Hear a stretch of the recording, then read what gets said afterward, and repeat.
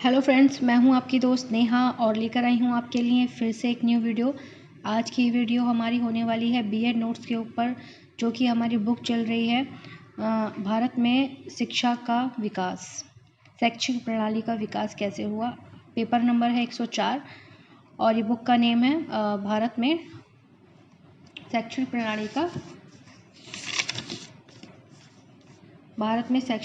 का विकास।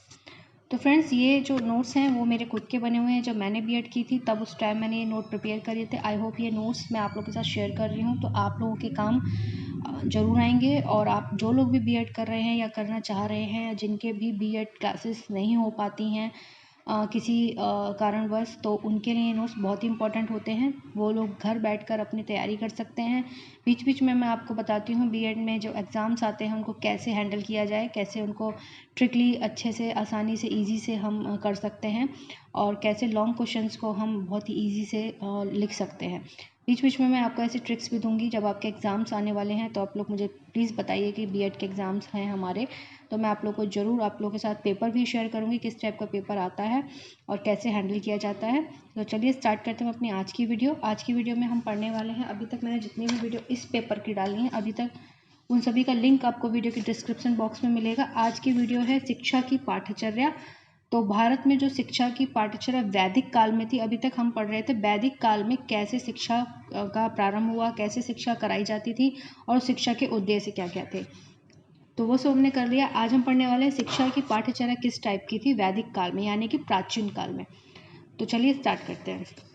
देखिए, शिक्षा की पाठ्यचर्या जिन लोगों को भी जो लोग भी अभी वीडियो नए पहली बार देख रहे हैं और मेरे चैनल पर नए हैं, मैं उनको बता दूं कि मेरे जो चैनल पर सोशियोलॉजी नोट्स प्रॉपर नोट्स आपको मिलते हैं और मेरे चैनल का नाम भी है सोशियोलॉजी नोट्स।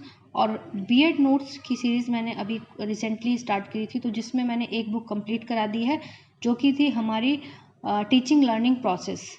ठीक है, तो वो बुक जो थी साइकोलॉजी की, और उस बुक को मैंने कंप्लीट करा दिया है। तो जितने भी लिंक्स आपको वीडियो के डिस्क्रिप्शन बॉक्स में मिलेंगे या आप जाके मेरी प्लेलिस्ट चेक कर सकते हैं, जहाँ पे आपको मिलेगा बीएड नोट्स साइकोलॉजी नोट्स। ठीक है, तो अब है हमारी शिक्षा की पाठ्यचर्या। वैदिक कालीन शिक्षा दो स्तरों में विभाजित थी। नंबर 1, प्रारंभिक शिक्षा पाठ्यचर्या।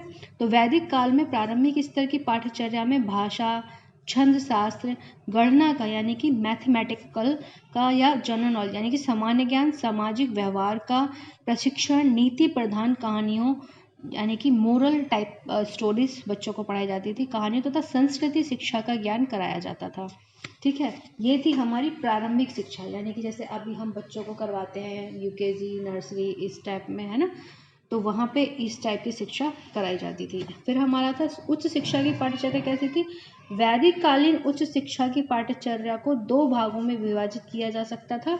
पहले थी अपरा या भौतिक पाठ्यचर्या, दूसरी थी परा या आध्यात्मिक पाठ्यचर्या। तो अब हम पहले पढ़ लेते हैं अपरा या भौतिक पाठ्यचर्या।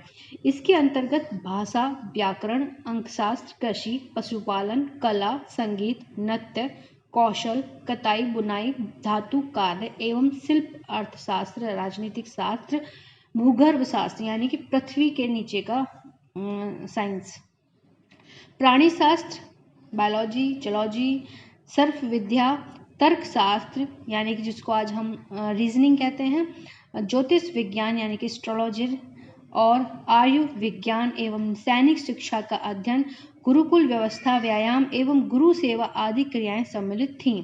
ये किसमें थी, अपरा या भौतिक पाठ्यचर्या में। ठीक है, फिजिकल एजुकेशन। फिर था हमारा परा या आध्यात्मिक पाठ्यचर्या में। कई बार बीएड में शॉर्ट क्वेश्चंस के रूप में पूछ लिया जाता है कि परा या अपरा में क्या डिफरेंस था, या अपरा पाठ्यचर्या में क्या क्या आता था, या अपरा पाठ्यचर्या किस टाइप की थी। इस टाइप के शॉर्ट क्वेश्चंस पूछ लिए जाते हैं। या लघुत्तरीय यानी कि शॉर्ट क्वेश्चंस में, जिसमें आप थोड़ा सा 4, 5, 6, 7 लाइनें लिख सकते हैं, तो उसमें भी पूछ लिया जाता है। अब हम देख लेते हैं परा या आध्यात्मिक पाठ्यचर्या। इसके अंतर्गत वैदिक साहित्य, वेद, वेदांग, उपनिषद, धर्मशास्त्र, नीतिशास्त्र का अध्ययन और इंद्रिय ग्रह, धर्म अनुकूल आचरण, ईश्वर भक्ति, संध्या वंदन और इस टाइप की आदि क्रियाओं का प्रशिक्षण किया सम्मिलित था। किसमें, परा में। अपरा में जितने भी शिक्षण थे वो सब भौतिक से रिलेटेड थे, यानी कि उनमें करके सीखना, करना और प्रैक्टिकल करना, मतलब उसमें करना था। और इसमें सब कुछ क्या था, आध्यात्मिक से जुड़ा था। परा में शिक्षा का माध्यम क्या था, शिक्षा का माध्यम संस्कृत भाषा थी, ठीक है। जैसे आज के टाइम में तो हमारी जो माध्यम है वो इंग्लिश या हिंदी है, पंजाबी है, संस्कृत है, हर टाइप के हम लैंग्वेज पढ़ते हैं और सब मातृभाषा के अकॉर्डिंग भी पढ़ते हैं, तो उस हिसाब से हमारी एजुकेशन प्रणाली को बनाया गया है। बट जो वैदिक शिक्षा थी वो संस्कृत में ही की जाती थी। फिर हम देख लेते हैं शिक्षण विधियाँ कैसी थी वैदिक काल। ये भी वेरी शॉर्ट क्वेश्चंस में 1 नंबर का क्वेश्चन पूछा जाता है कि वैदिक काल में शिक्षा का माध्यम क्या था। तो कई बार बच्चे कंफ्यूज हो जाते हैं कि माध्यम पूछा है मतलब किस टाइप से हमें लिखना है। तो शिक्षा का माध्यम संस्कृत भाषा थी। कई बार बच्चे प्राकृत या कुछ ऑप्शन दे दिए जाते हैं तो कुछ कराते हैं, लेकिन प्राकृत नहीं, संस्कृत थी। शिक्षण विधियां वैदिक काल में शिक्षण सामान्यतः मौखिक रूप से होता था, मतलब जो भी बच्चों को कंठस्थ कराया जाता था, ठीक है। क्योंकि लिखने पर इतना जोर नहीं दिया जाता, कंठस्थ यानी कि याद किया कराया जाता था उनको। और प्रायः प्रश्नोत्तर शंका समाधान, यानी कि अगर उनको कुछ डाउट है तो उसका समाधान किया जाता था। आप लोग अगर चाहें बीच बीच में जो भी आपको लगता है कि हमें इसका नोट्स चाहिए, तो सब लोग पीडीएफ नहीं ले पाते हैं, क्योंकि पीडीएफ मैं आप लोग को बता दूं पेड होती है, क्योंकि उसमें बहुत टाइम लगता है और मैं खुद से नहीं बनाती हूँ, मैं किसी से बनवाती हूँ पीडीएफ, तो मुझे पे करना होता है उनको भी। तो इसलिए पीडीएफ के लिए 15 रुपये पे करने होते हैं, जिसमें 5, 6, 7 भी पेज होते हैं एक पीडीएफ में। तो अगर आपको प्रॉपर पीडीएफ नोट्स चाहिए तो आप मुझे मेल कर सकते हैं। और अगर आप नहीं अवेलेबल हैं कि आप की नोट्स चाहिए लेकिन आप पीडीएफ नहीं कर पाते हैं, तो आप कोई दिक्कत नहीं है, आप वीडियो में देखकर वीडियो को डाउनलोड कर सकते हैं या वीडियो देख सकते हैं, ठीक है। स्क्रीनशॉट भी ले सकते हैं। प्रश्नोत्तर, शंका समाधान, व्याख्यान, वाद विवाद द्वारा होता था। इसके अतिरिक्त वैदिक काल में शिक्षण के लिए निम्नलिखित विधियों का प्रयोग किया जाता था, ठीक है। अनुकरण, आवृत्ति एवं कंठस्थ विधि, ये जो विधियां थी इनका प्रयोग किया जाता। अनुकरण, आवृत्ति एवं कंठस्थ विधि। कंठस्थ यानी कि लर्निंग प्रोसेस, मतलब लर्न करा करा के उनको। और अनुकरण कि जैसा आपने कुछ सीखा उसको अपने उसमें ढालना, उसको यूज करना, ठीक है। आवृत्ति, फ्रिक्वेंसली, मतलब बार बार उस चीज का अभ्यास कराना। इस विधि का प्रयोग प्रारंभिक एवं उच्च दोनों स्तरों पर किया जाता है। इसके अंतर्गत गुरु शिष्यों के सामने पाठ्य वस्तु का उच्चारण करते हैं तथा शिष्य उनका अनुकरण करते थे तथा बार बार उच्चारित करते थे और इस प्रकार उन्हें कंठस्थ करते थे। जो भी उनको पढ़ाया जाता था उनका बार बार उच्चारण करते थे, बोलते थे और उसको कंठस्थ यानी कि याद कर लेते थे मन में। फिर हमारा आता है व्याख्या एवं दृष्टांत विधि। व्याख्या एवं दृष्टांत विधि, जिसको आज हम लोग बोलते हैं, हमारा लेक्चर चल रहा है, हमारी क्लास में लेक्चर चल रहे हैं। तो आजकल देखा है ना, प्रोफेसर, बड़े बड़े कॉलेज में प्रोफेसर आते हैं, वो सिर्फ लेक्चर देते हैं और हम लोग को नोट डाउन करते रहना पड़ता है, ठीक है। यह विधि पाठ्य वस्तु कंठस्थ कराने के बाद गुरु उनकी व्याख्या करते थे, मतलब अगर किसी चीज को नहीं समझ में आया तो उसको बताते थे, अच्छे तरह से उसको व्याख्या करते थे तथा उसका अर्थ एवं भाव स्पष्ट करते थे। और उसके अर्थ एवं भाव को स्पष्ट करने के लिए उपमा, रूपक और दृष्टांतों का प्रयोग करते थे। यानी कि दृष्टांत मतलब कहानी, किसी चीज से जुड़ी हुई कहानी, किसी भी क्वेश्चन, किसी भी वाक्य से जुड़ी हुई कहानी जो उन्होंने देखी हो, जो उन्होंने समझी हो, जो बच्चे जानते हो, उससे रिलेटेड कोई भी चीज़ बता के उनको समझाते थे। दृष्टांत का मतलब ये होता है, ठीक है, दृष्टि से देखा हुआ। कथन, प्रदर्शन एवं अभ्यास विधि। इस विधि के अंतर्गत गुरु किसी कार्य के संपादन की विधि बताते हैं, फिर उसे स्वयं करके दिखाते थे। शिष्य उनका अनुकरण करने क्रिया का बार बार अभ्यास करते थे और उसमें दक्षता प्राप्त करते थे। मतलब जो भी वहाँ पे गुरु थे वो उस चीज़ को करके उनको दिखाते थे और फिर शिष्य उसका अनुकरण करते थे और उसमें दक्षता प्राप्त करते थे। वैदिक काल में कृषि, पशुपालन, कला, कौशल, सैन्य शिक्षा और आर्य विज्ञान आदि विषयों की शिक्षा इस विधि द्वारा दी जाती थी, ठीक है। किस विधि द्वारा? कथन, प्रदर्शन, अभ्यास विधि द्वारा। प्रश्नोत्तर, वाद विवाद और शास्त्रार्थ विधि। इस विधि का विकास उत्तर वैदिक काल में उपनिषदों की शैली के आधार पर होता था। वैदिक काल में गुरु उपदेश देते थे, शिष्य उन्हें ध्यानपूर्वक सुनते थे। उत्तर वैदिक काल में शिष्य अपनी शंका यानी कि डाउट प्रदर्शित करते थे, गुरु उनका समाधान करते थे और उच्च शिक्षा में उच्च स्तर के शिष्य, जो उच्च शिष्य थे के बीच वाद विवाद होता था। मतलब जो अच्छे पढ़ने में थे उनके बीच वाद विवाद होता था। अति गूढ़ विषयों पर चर्चा के लिए विद्वानों के सम्मेलन भी बुलाए जाते थे, जो उनके बीच शास्त्रार्थ होता था। शिष्य उसको सुनते थे तथा अपने ज्ञान में वृद्धि करते थे। तो देखा आप लोगों ने कि पिछले वैदिक काल में जो स्टूडेंट्स थे वो कितना ज़्यादा मेहनत करते थे। कोई भी चीज़ होती थी तो उनको सिर्फ और सिर्फ कंठस्थ यानी कि याद करना होता था और सामने चीज़ें देखकर जो गुरु बोल रहा है उनके बोलने को ही उनको याद करके रखना होता था। ऐसा नहीं था कि उन्होंने बस कॉपी पे उतार लिया और बाद में पढ़ लेंगे, भाई देखेंगे जब टाइम मिलेगा, नहीं, ऐसा नहीं था। तभी के तभी उनको वो चीज़ें याद करनी पड़ती थी और जब वो अकेले होते थे तो उन चीज़ों को अपने दिमाग में, अपने मन में बार बार उनको दोहराते थे। ठीक है। श्रवण, मनन तथा निधि निध्यासन, यह विधि भी उपनिषदों की देन है। इसके गुरु जो भी ज्ञान देते थे, शिष्य उनको ध्यानपूर्वक सुनते थे, उसके बाद उस पर चिंतन मनन करते थे और जो तथ्य एवं सत्य उनकी पकड़ में आता था उस पर नियंत्रित रूप से अभ्यास करते थे। जैसे कि आज हम मैथ को ले लें, मैथ में कोई क्वेश्चन है, हमें नहीं समझ में आता तो हम सर से पूछते हैं, हम टीचर से पूछते हैं और हमें जब वो आ जाता है तो हम उसको बार बार अभ्यास करते हैं ताकि हम उसको अच्छे से सीख जाएं। तर्क विधि, उत्तर वैदिक काल में तर्कशास्त्र जैसे विषयों के शिक्षण के लिए इस विधि का विकास हुआ था।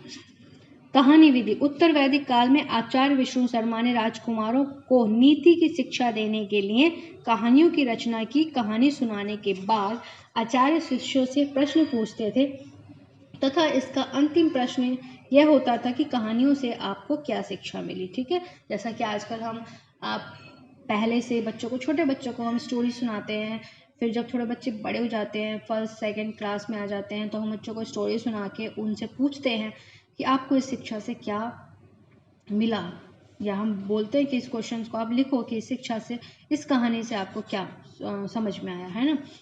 तो वही विधि पहले भी थी। न्यायिक विधि, ठीक है, मतलब किसी चीज़ का एक्टिंग करके नहीं। उत्तर वैदिक काल में गुरुकुलों में छात्रों की संख्या बढ़ने पर गुरु ब्राह्मण वर्ण के विशिष्ट, प्रखरमुखी, योग्य और सक्षम छात्रों को नायक बनाने लगे। ये नायक कनिष्ठ छात्रों को भाषा, साहित्य, धर्म और नीति शास्त्र आदि विषयों का ज्ञान कराते थे। इससे जहां गुरुओं का कार्यभार थोड़ा कम हुआ, वहीं भविष्य के लिए अध्यापक तैयार करने में भी सहायता मिली। जैसे कि आजकल आप देखते हैं कि जो भी स्टूडेंट्स थोड़े अच्छे होते हैं, पढ़ने में दिमाग में तेज होते हैं, एक्टिविटीज़ में अच्छे होते हैं, रेगुलर क्लासेस करते हैं, उनको मॉनिटर बना दिया जाता है ताकि जो टीचर्स हैं वो थोड़ा सा अपने फ्री टाइम में बैठ पाएँ, अपना लंच अच्छे से कर पाएँ और उनका थोड़ा सा काम कम हो पाए, क्योंकि जो मॉनिटर को ड्यूटी दी जाती है कि बच्चों का ध्यान रखना, हम आ रहे हैं, तो वो चीज़ बच्चे करते हैं। ठीक है।